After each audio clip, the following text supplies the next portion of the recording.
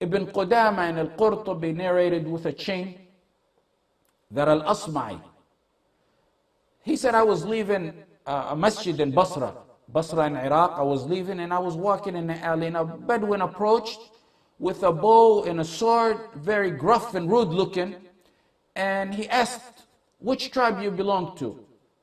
Al-Asma'i said, I'm from Asma, the tribe of Asma. He said, are you the one they call Al-Asma'i? You're the big famous scholar they call Asma'i? He said, yes. He gave him salam, he sat down. The Bedouin asked Al-Asma'i, where do you come from? What area? Tell me more about where you came from. He said, I came from a place, Al-Asma'i wanted to use it for da'wah. He said, I come from a place where they recite the word of Allah. The Bedouin said, there is a word of Allah that's being recited on the tongues of humans? He said, yes. The Bedouin said, recite to me. He started reciting Al-Dhariyat until he got to verse 22 from Al-Dhariyat. وَفِي السَّمَاءِ رِزْقُكُمْ وَمَا تُوعَدُونَ. The Bedouin said, enough. Asma'i said, this is the word of Allah. The Bedouin said, this is the word of Allah. He said, yes, this is the word of Allah. He revealed it to his Prophet Muhammad ﷺ. The Bedouin was astonished. He got up, he slaughtered his camel, he skinned it, and he said, Asma'i, come help me give the flesh for all the poor people in the town as charity. Then he broke his sword and bow and faded into the desert, reciting over and over again, وَفِي السَّمَاءِ رِزْقُكُمْ وَمَا تُوعَدُونَ وَفِي السَّمَاءِ رِزْقُكُمْ وَمَا تُوعَدُونَ. Al-Asma'i said, I began to blame myself. Why wasn't I as strong as this man in his belief? He took that verse to heart. The Bedouin basically heard that verse, and a lot of them were sharp in Arabic. He took the verse and he took it to heart. He used to stress and in wild pursuit over provision.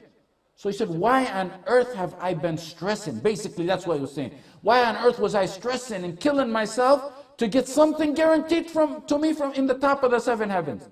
It brought him comfort and ease knowing that rizq is coming from the heavens. The years went on and the years went on, and Asma'i said, I went to Hajj with Harun al-Rashid. When I got to Mecca, someone was calling me, Asma'i, Asma'i. I looked back from the crowd, and it was that Bedouin, pale and old looking. He was weak and old and pale looking now. He said to me, sit down, read to me more from the Quran.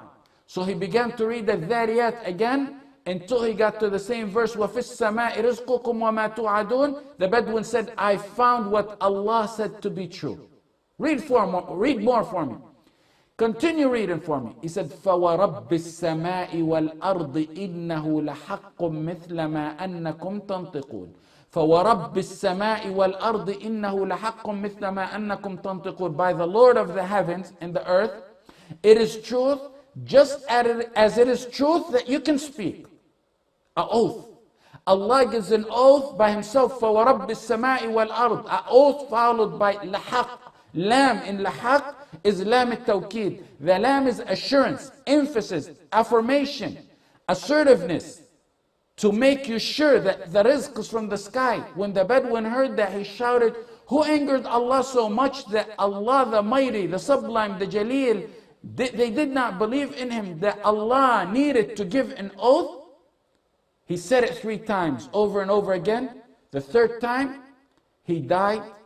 The verse melted him to death. مِثْلَ مَا أَنَّكُمْ تَنْطِقُونَ.